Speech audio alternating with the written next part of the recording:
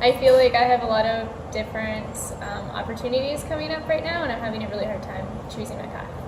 I was born and raised in rural Saskatchewan with a Mennonite family, and then I always had a passion for culinary, so I moved to Prince Edward Island to do culinary school, and I realized that wasn't really for me, so I dropped out, put all my things in a storage locker, bought a ticket to Europe, bummed around there for a couple months, went back to collect my things, worked in PI for a little bit, and then decided to come back to school, which is what brought me to OCAD.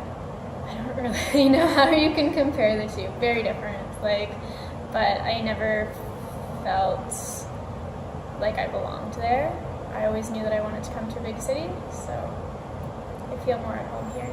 So I had never been to Toronto in my life.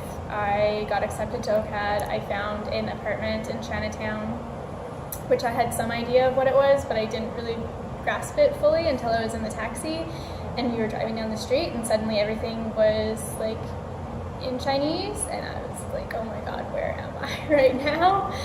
And I got to my apartment, and this man came out of the front of the house, and he was like, oh, you must live with the girls downstairs. And I was like, yeah, I'm just moving here.